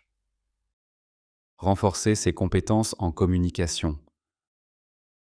Entraînez-vous à exprimer vos besoins, vos envies et vos limites de manière honnête et directe. Plus vous serez à l'aise avec une communication franche, plus il vous sera facile de repérer les tentatives de manipulation des autres. Mettre fin à la relation. Il est tout à fait légitime de mettre un terme à une relation marquée par le chantage émotionnel. Le mieux est de partir immédiatement. Essayez de vous éloigner de la situation aussi rapidement que possible et demandez de l'aide à un ami de confiance, un membre de votre famille, un thérapeute ou une ligne d'assistance. N'attendez pas que la violence émotionnelle s'aggrave avant de chercher du soutien. Ce qu'il ne faut pas faire. Lorsqu'une personne tente de vous manipuler émotionnellement, savoir ce qu'il faut faire implique aussi de connaître ce qui pourrait ne pas fonctionner. Voici certaines attitudes à éviter. Ne pas se sentir responsable. La culpabilité est une stratégie efficace pour contrôler les émotions.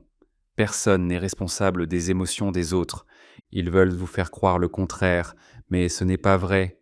Vous êtes uniquement responsable de votre propre bonheur et de votre bien-être. Si vous pensez être responsable de leurs émotions, ils pourront facilement vous influencer. Ne jamais divulguer d'informations. La violence émotionnelle ne se limite pas aux relations intimes. Pour vous protéger, limitez les informations personnelles que vous partagez, comme vos peurs, insécurité ou vulnérabilité, afin d'éviter que cela ne soit utilisé contre vous. Ne pas chercher à rationaliser. Ils tordront vos paroles pour les retourner contre vous, rendant tout argument inutile. Plus vous tentez de raisonner avec eux, plus ils utiliseront des techniques de gaslighting, manipulation mentale visant à faire douter la victime de sa propre perception pour vous faire douter de vous-même. De même, critiquer leurs défauts peut s'avérer inefficace. Ils chercheront à rejeter la faute sur vous au lieu d'assumer leurs responsabilités. Ne pas céder à la pression. Même face à des demandes apparemment mineures, ne cédez pas à la pression d'une personne qui tente de manipuler vos émotions. Céder ne ferait que renforcer leur comportement en leur donnant raison. Chapitre 5. Surmonter le gaslighting. Se réapproprier son pouvoir pour changer. Il y avait un gadget technologique que j'ai toujours voulu avoir étant enfant. Ce n'était pas le dernier lecteur CD, la PlayStation, un jeu vidéo, un ordinateur ou quoi que ce soit de ce genre. C'était dans les années 1990. Je voulais un petit magnétophone. Pourquoi? Simplement parce que ma mère et moi nous disputions souvent, et ce, pendant la majeure partie de ma vie. Et ma mère disait fréquemment des choses comme ⁇ ça ne s'est jamais produit, je n'ai jamais dit ça ⁇ De quoi tu parles? Tu l'as juste imaginé. Cela me donnait toujours la chair de poule. C'était ma parole contre la sienne, et les enfants ne gagnèrent jamais dans notre foyer. Une partie de moi était convaincue d'avoir raison, mais une autre était incertaine, confuse, et craignait de devenir folle. C'était frustrant et, malheureusement, très courant. C'est pourquoi j'avais l'intention d'enregistrer secrètement nos conversations pour qu'à chaque fois qu'elle contesterait ma mémoire, je puisse sortir mon super magnétophone, appuyer sur le bouton lecture et lui sourire d'un air triomphant, visible depuis la station spatiale. Je ne savais pas encore que ce qu'elle faisait s'appelait du gaslighting.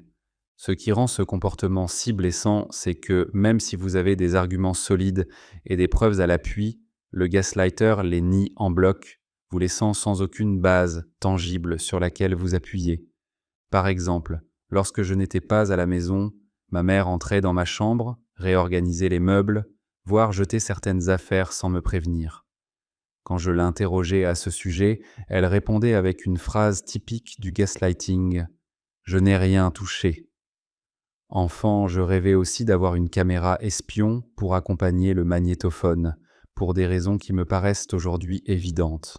Ensuite, elle retournait la situation contre moi et criait férocement : « Peut-être que c'est toi qui l'as fait ». C'était une sensation insupportable. Vous avez envie d'être en colère, mais vous ne le pouvez pas, car elle nie immédiatement les faits. Ce n'est pas vraiment de la confusion, car vous savez, ou du moins vous pensez savoir, ce qui s'est passé. C'est comme être certain d'avoir été lésé, mais sans pouvoir trouver la moindre preuve, le moindre soutien, ou la moindre défense pour le prouver. J'ai développé une énorme perte d'estime de soi, qui m'a hanté pendant une grande partie de ma vie. Heureusement, après des années de travail acharné, j'ai réussi à retrouver une grande part de ma confiance en moi, de ma capacité à me faire confiance et de ma stabilité mentale. J'ai appris des outils essentiels pour lutter contre le gaslighting au cours de ce processus, même s'il reste encore du chemin à faire, et ce n'est pas grave. Voici 8 conseils pour réagir et reprendre le contrôle. Premièrement, vérifiez s'il s'agit bien de gaslighting. Le gaslighting commence souvent de manière subtile, et certains comportements peuvent y ressembler sans en être.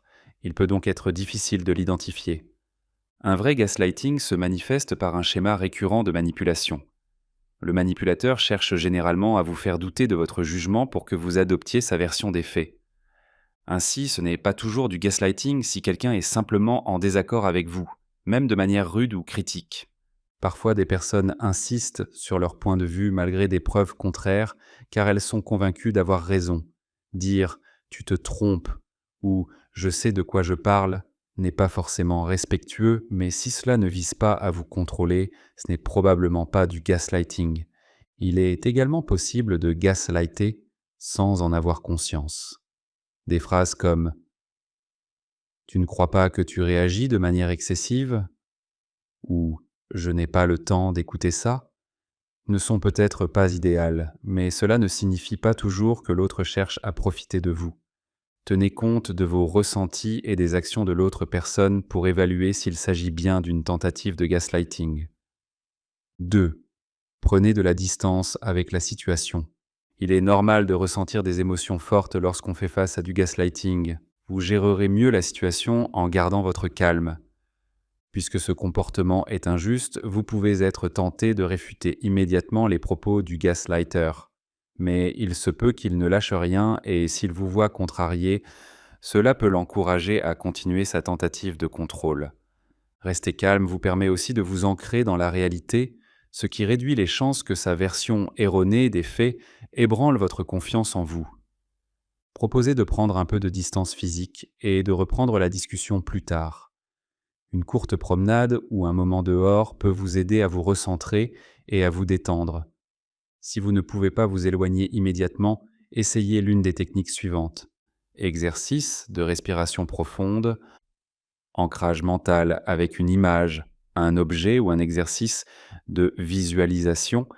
Comptez lentement jusqu'à 10 ou répétez une phrase d'affirmation positive.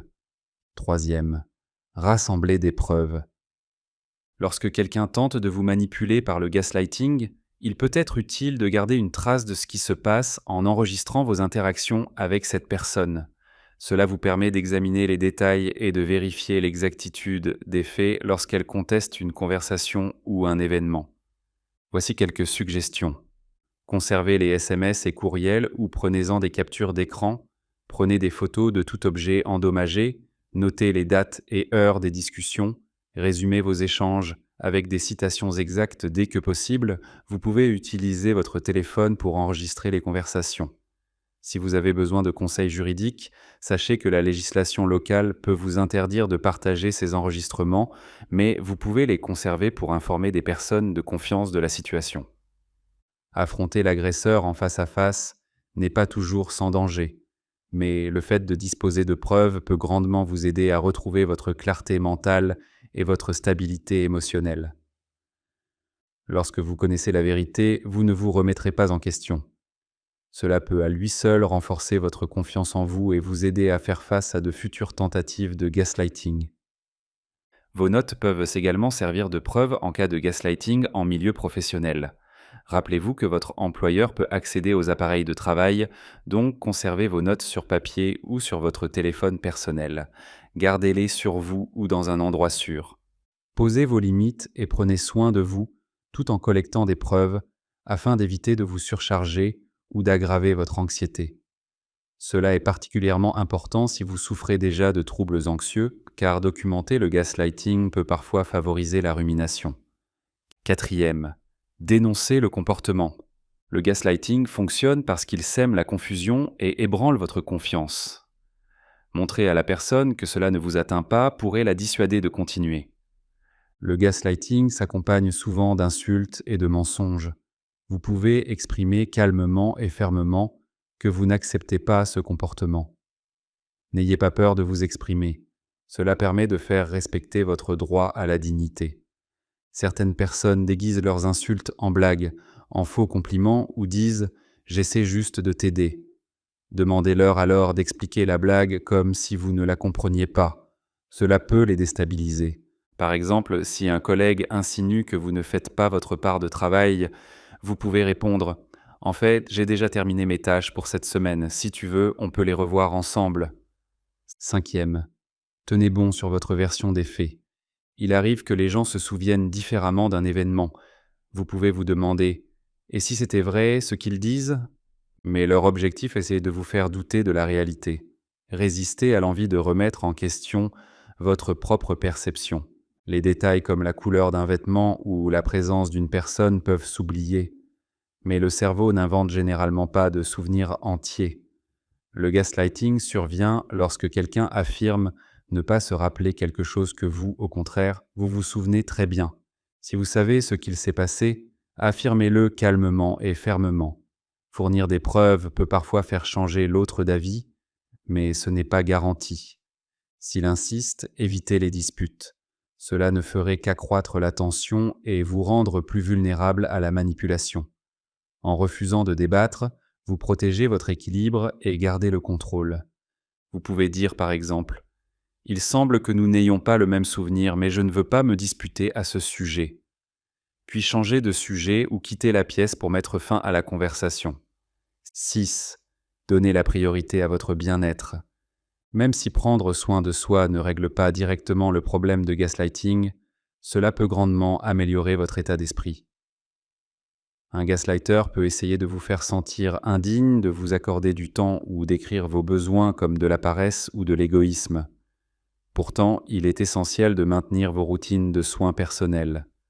L'inquiétude liée au gaslighting et à ses répercussions sur votre vie personnelle ou professionnelle peut rendre difficile le plaisir, même dans les activités que vous aimez. Mais consacrer du temps à des activités de bien-être peut vous rendre plus résilient et knalalen face aux défis du quotidien. Voici quelques stratégies à essayer. Passez du temps avec vos proches, pratiquez régulièrement un discours intérieur positif, rappelez vos réussites et forces. Faites des affirmations quotidiennes, planifiez des moments de détente, essayez la méditation ou le yoga. Tenez un journal pour exprimer vos ressentis. L'exercice physique est également bénéfique tant pour votre santé que pour libérer les tensions émotionnelles. Un long jogging ou un cours de sport intense peut vous aider à relâcher les émotions douloureuses causées par le gaslighting. L'exercice peut aussi améliorer la qualité du sommeil, utile si les préoccupations perturbent vos nuits. 7. Faites appel à d'autres personnes. Vous craignez peut-être que parler de la situation à d'autres génère des conflits. Pourtant, obtenir des conseils et du soutien de personnes de confiance est essentiel face au gaslighting.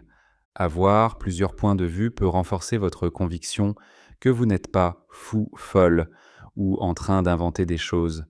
Votre entourage n'est pas directement impliqué et peut donc offrir un regard extérieur neutre et des conseils apaisants. Si le gaslighting est récurrent dans un contexte professionnel ou social, évitez d'être seul avec la personne concernée. Limitez les contacts autant que possible. Si une rencontre est inévitable, demandez à une personne neutre de confiance d'être présente ou d'observer l'échange. N'oubliez pas que vous ne cherchez pas à rallier des gens à votre cause, mais simplement à faire voir la réalité. Il est plus difficile de manipuler plusieurs personnes à la fois. 8. Cherchez un soutien professionnel. Parfois, le gaslighting peut évoluer vers une situation abusive dangereuse. Cela ne signifie pas que vous avez fait quelque chose de mal. La violence émotionnelle est souvent complexe à gérer. Parler à un thérapeute est souvent une excellente première étape. Vous pouvez commencer par rechercher des ressources locales via des annuaires ou plateformes spécialisées. Si le gaslighting a lieu au travail, le service des ressources humaines peut également vous aider.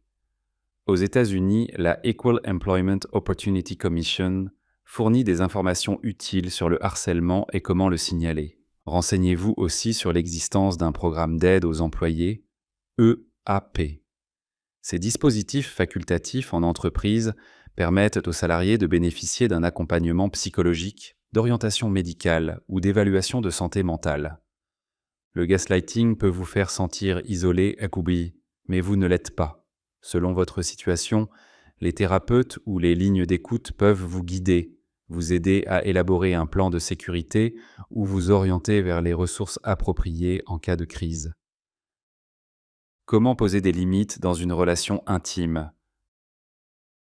Poser des limites dans une relation intime est très différent, car cela implique des règles totalement nouvelles. Dans une relation de couple, vous êtes souvent seul, contrairement à un environnement professionnel où un département comme les ressources humaines peut intervenir en cas de comportement abusif au sein de l'organisation. En plus de troubler la perception que leurs victimes ont d'elles-mêmes, les narcissiques peuvent également les isoler de leur entourage en utilisant diverses tactiques.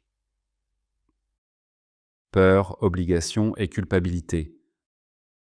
La POC, peur, obligation, culpabilité, joue un rôle majeur dans la durée des relations narcissiques. Les narcissiques associent la peur à toute émotion qui ne sert pas leur ego fragile. Leur technique manipulatrice crée un climat dans lequel les victimes sont réduites au silence. Pour pousser leurs victimes à rester dans la relation, les narcissiques utilisent aussi délibérément l'empathie comme levier de manipulation, à travers des stratégies telles que les breadcrumbs ou miettes affectives, lorsqu'un manipulateur donne juste assez d'attention pour garder sa victime impliquée. De plus, les victimes peuvent se sentir coupables, rien qu'à l'idée de vouloir mettre fin à la relation ou de reconnaître que les actes de leur partenaire sont destructeurs en raison de normes sociales dépassées associées à un climat généralisé de tromperie. La méthode du Grey Rock est la meilleure façon de poser des limites face à un narcissique. Lorsqu'une personne demande comment poser des limites dans une relation intime avec un narcissique, cela peut indiquer qu'elle vit encore sous le même toit que son agresseur. Il y a une chose importante à savoir, même si vivre ou ne pas vivre avec le narcissique ne change pas toujours la dynamique des limites à poser. Le no contact, ou absence totale de contact, est la stratégie la plus efficace pour briser le cycle de l'abus narcissique. Cela signifie couper toute communication avec le narcissique, ce qui prive celui-ci de la narcissistic supply, source d'alimentation narcissique dont il a besoin pour exister. Malheureusement, cette solution n'est pas toujours possible. La méthode dite du grey rock ou rocher gris est alors la meilleure alternative. Bien qu'ils ne l'admettent pas, les narcissiques ont une grande instabilité émotionnelle. Ils utilisent les relations pour réguler leurs émotions à travers des techniques manipulatrices comme la projection, le bouc émissaire, le gaslighting, etc. Avec la méthode du grey rock, la victime évite de se justifier, de se défendre, ou d'avoir des conversations significatives avec le narcissique. Cela empêche celui-ci de provoquer des réactions de colère, d'admiration ou de confusion dont il se nourrit. Idéalement, cela pousse le narcissique à se désintéresser de la victime pour se tourner vers une nouvelle source d'attention. Cela semble simple, mais ce ne l'est pas. Les personnes qui utilisent cette méthode doivent s'attendre à des épisodes prolongés de rage narcissique et de provocation. Cependant, si elles restent fidèles à elles-mêmes, le narcissique finira par se lasser, ce qui permettra à la victime de se reconstruire et d'entamer un véritable processus de guérison. Chapitre 6. Échapper aux relations toxiques. Une relation merveilleuse peut améliorer votre vie d'une manière que vous n'auriez jamais cru possible. À l'inverse, une relation néfaste peut vous briser le cœur, vous abattre et vous vider de votre énergie. Contrairement à ce que l'on pense souvent, les relations toxiques sont plus fréquentes qu'on ne le croit et entraînent souvent des conséquences profondes. Pour ceux qui se trouvent à l'extérieur de ces relations malsaines, il est souvent difficile de les comprendre. Quitter une personne qui vous rend malheureux ou qui vous maltraite physiquement ou émotionnellement semble être une évidence, non? En réalité, c'est souvent bien plus compliqué, à cause de multiples facteurs. Revenus, enfants, sentiments. Que faire alors? Pourquoi est-il difficile de mettre fin à une relation toxique? Les gens s'enferment parfois dans des schémas relationnels dont il est difficile de sortir. Certaines personnes peuvent s'inquiéter pour leurs enfants ou se sentir prisonnières sur le plan financier. Selon la ligne nationale contre la violence domestique, l'agent National Domestic Violence Hotline, les victimes de relations abusives font en moyenne 7 tentatives avant de parvenir à quitter leur partenaire. Voici quelques facteurs qui compliquent la fin d'une relation toxique. La peur. Dans les relations abusives, un partenaire se montre souvent très manipulateur envers l'autre. Lorsqu'il est question de séparation, cela s'accompagne fréquemment de menaces financières, émotionnelles ou physiques.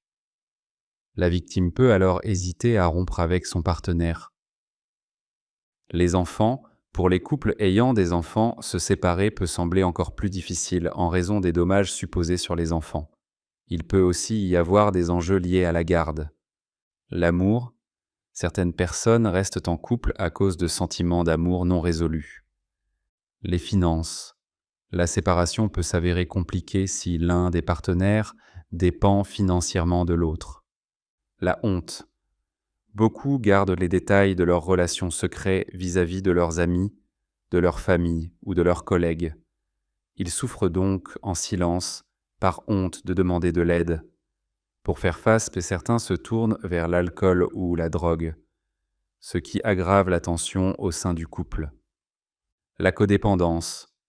Dans une relation codépendante, l'un des partenaires donne constamment, tandis que l'autre prend, créant ainsi une dynamique déséquilibrée difficile à briser.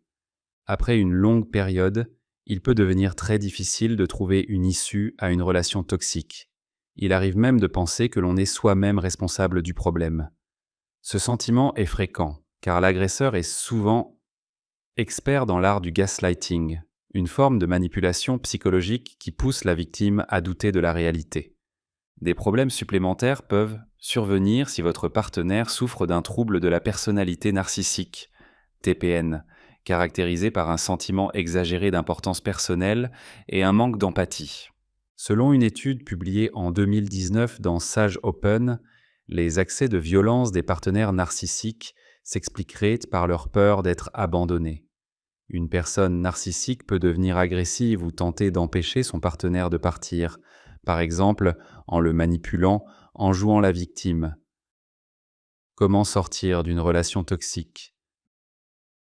Même lorsque vous êtes motivé à mettre fin à une relation toxique, il peut être difficile de savoir par où commencer. Il est essentiel de disposer d'un réseau de soutien et de chercher à renforcer votre estime de soi. Si vous avez du mal, il peut être temps de consulter un engagement thérapeute pour obtenir de l'aide. Voici 11 conseils pour mettre fin à une relation toxique. Premier, créer un réseau de soutien. Mettre fin à une relation toxique suscite des émotions comparables à celles d'une rupture saine. Vous ressentirez un éventail d'émotions: tristesse, contradiction, manque, soulagement, dépression, etc. Si vous êtes financièrement dépendant de votre ex, la séparation peut sembler difficile, mais ne perdez pas espoir. Plutôt que de vous focaliser sur les difficultés, concentrez-vous sur la constitution du réseau de soutien dont vous aurez besoin. Selon les recherches, la présence d'amis et de proches lors des périodes difficiles aide à réduire la souffrance psychologique. Une transition est plus facile avec un bon entourage. 2. Restez ferme dans votre décision de partir. C'est fini et ce n'est pas pour rien. Si vous envisagez de rompre avec votre partenaire, c'est probablement que vous avez déjà tenté, sans succès, de l'amener à changer. Rappelez-vous sans cesse que ce n'est pas de votre faute. Même si un ex toxique ou abusif change, ce peut être simplement le choc de la rupture. Une reprise de la relation risque fortement de relancer les comportements toxiques. Il est donc essentiel de rester ferme et de mettre votre décision à exécution. Troisième, aucun contact. Vous devez cesser toute communication avec votre ex après la rupture. Maintenir un lien favorise une possible réconciliation. Une personne toxique peut user de chantage émotionnel pour manipuler vos sentiments. À moins que vous n'ayez des enfants ensemble et deviez coparenter, coupez tout contact dès votre décision prise. Le cas échéant, limitez vos échanges au sujet concernant les enfants. Quatrième, supprimez-les de vos réseaux sociaux. Il est crucial de bloquer votre ex sur votre téléphone et d'éviter de le croiser, en ligne comme dans la vraie vie. Le voir sur les réseaux sociaux raviverait les souvenirs. Ces démarches vous aideront à cesser de penser à la relation toxique et à poser une frontière claire. Cinquième, prenez conscience que vous méritez mieux. Des mois, voire des années d'abus verbal peuvent engendrer une profonde dévalorisation de soi, au point de croire que vous ne trouverez jamais mieux. C'est faux. Les partenaires toxiques utilisent cette stratégie pour saper votre estime de vous-même. Faites de « je mérite mieux » votre mantra quotidien en remplaçant les pensées négatives par des affirmations positives. Pour votre bien-être mental et émotionnel, il est temps d'aller de l'avant. 6. Consultez un thérapeute pour une aide professionnelle. Selon la gravité de la situation, il peut être nécessaire d'élaborer un plan pour quitter la relation. Trouver un thérapeute ou se confier à ses proches peut être très bénéfique. Cela vous aidera à mieux gérer la séparation, à retrouver votre valeur personnelle et à aborder les enjeux de sécurité. Un thérapeute offre une perspective neutre pour vous aider à fixer des objectifs et à vous y tenir. 7. Notez vos ressentis dans un journal. Écrire ce que l'on ressent peut sembler la dernière chose à faire. Vous pouvez craindre que cela ne vous déprime encore plus. Pourtant, l'écriture expressive peut, dans un premier temps, faire remonter la peur ou l'anxiété, mais après quelques semaines, des études montrent qu'elle procure des bienfaits mentaux et physiques. Moins de consultations médicales, meilleure immunité, meilleure humeur, sentiment de bien-être accru et tension artérielle réduite. 8. Élaborez un plan complet. Si vous avez décidé de quitter une relation toxique, préparez un plan pour cette transition. Si vous êtes sans emploi, envisagez de suivre une formation, de reprendre des études ou de chercher du travail. L'indépendance financière est une clé de votre liberté. Organisez précisément votre départ, où vous irez, ce que vous emporterez, etc. 9. Entourez-vous d'énergie positive. Passez du temps avec des personnes qui vous font du bien, savourez vos plats préférés, rejoignez votre communauté spirituelle, faites de l'exercice ou pratiquez toute activité qui vous fait sourire. Les personnes ayant vécu une relation toxique ont besoin de temps pour guérir. Il est crucial de remplacer les émotions négatives par des sentiments positifs, car le stress émotionnel peut être écrasant. 10e. Exprimez vos émotions. Lorsque vous décidez de partir, il est important de faire part de vos sentiments à votre partenaire. Une discussion en face à face est idéale si votre partenaire est émotionnellement stable. Sinon, un message écrit peut être plus adapté. Exprimez vos émotions sans blâmer l'autre. Au lieu de dire « tu me fais sentir », dites « je me sens triste ou en colère quand j'entends ». Vous ne contrôlez pas la réaction de l'autre, mais vous contrôlez la manière dont vous exprimez vos sentiments. Quelle que soit leur réaction, cette étape est essentielle. 11. Tenez bon. Il est courant, après une rupture, de ne se souvenir que des bons moments et d'oublier les aspects toxiques. L'envie de reprendre contact peut être forte. Rappelez-vous que votre décision était réfléchie et motivée par des raisons bien précises. Appuyez-vous sur votre réseau de soutien pour rester fidèle à votre choix. Relisez les raisons de votre départ et restez ferme. Se reconstruire après les effets du gaslighting. Une relation toxique peut nuire à votre santé, provoquant notamment dépression, anxiété et perte d'estime de soi. Il est essentiel de s'accorder des moments de solitude pour réfléchir et se régénérer. Voici quelques actions à suivre pour guérir des effets néfastes d'une relation toxique. Prenez soin de vous avant tout. Accordez-vous le droit de prouver que vous méritez l'amour et d'être dans une relation saine. Les blessures demandent du temps à cicatriser. Même lors de vos journées les plus sombres et difficiles, n'oubliez jamais de vous aimer, car vous êtes la seule personne à pouvoir vous sauver. Reprenez les passions que vous aimiez autrefois. Vous n'avez pas besoin d'un déchelleux partenaire pour vous sentir unique. Alors sortez prendre un café seul. Ressentez pleinement chaque émotion. Même si cela peut sembler accablant, il est important de laisser place à toutes les émotions qui apparaissent après une rupture toxique. La tristesse et les larmes font partie de l'expérience humaine. Il est donc légitime de les ressentir.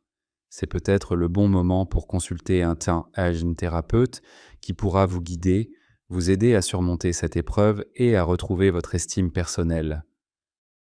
Attendez avant de vous engager dans une nouvelle relation. Prenez le temps de guérir avant de commencer une nouvelle histoire afin d'éviter une relation de substitution. Cette période est idéale pour l'introspection et l'évaluation de votre situation. C'est également un moment propice pour réfléchir à vos erreurs passées et définir quel type de relation mérite désormais votre énergie.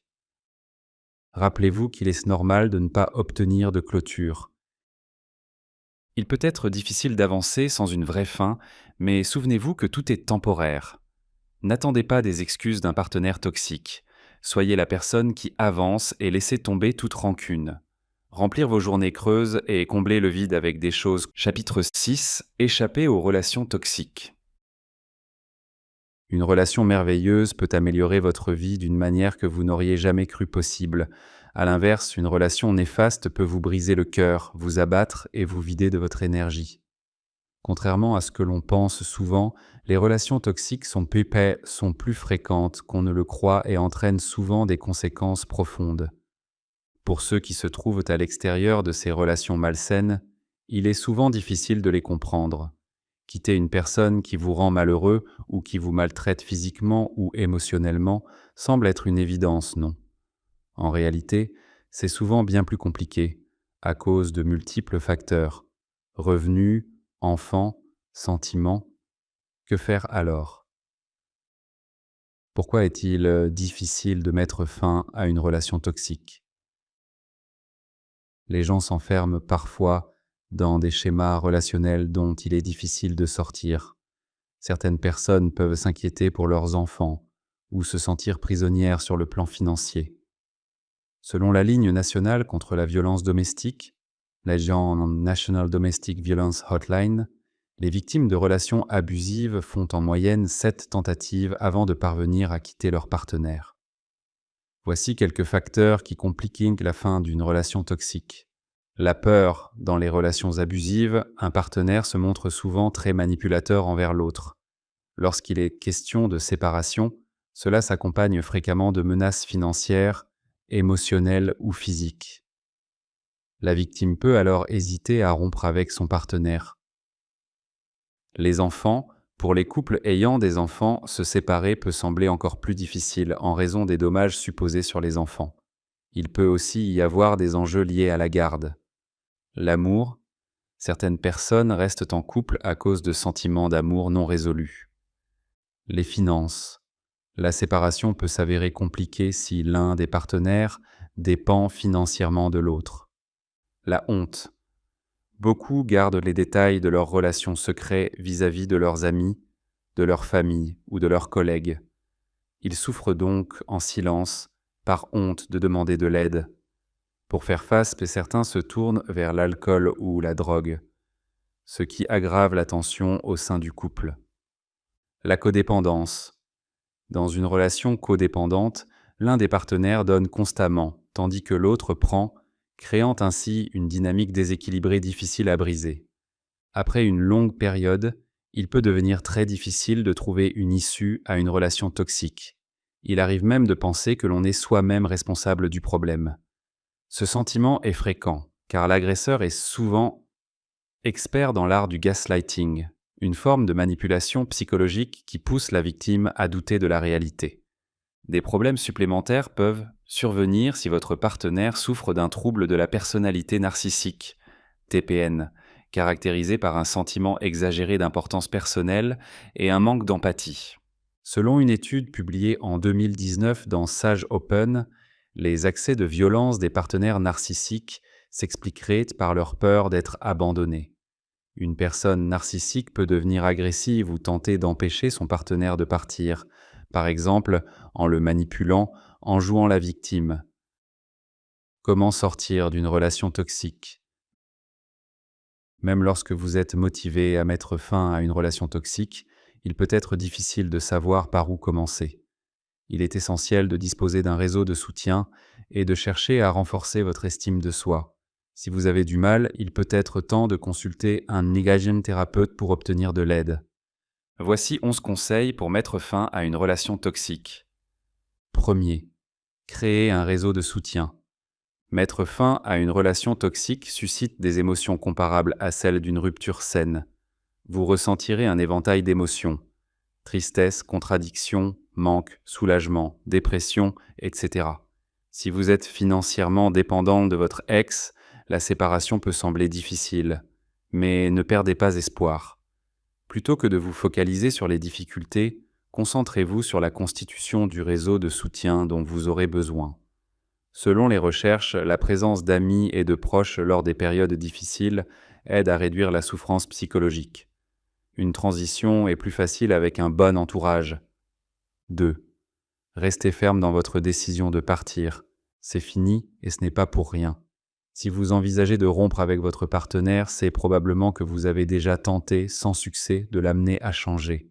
Rappelez-vous sans cesse que ce n'est pas de votre faute. Même si un ex toxique ou abusif change, ce peut être simplement le choc de la rupture.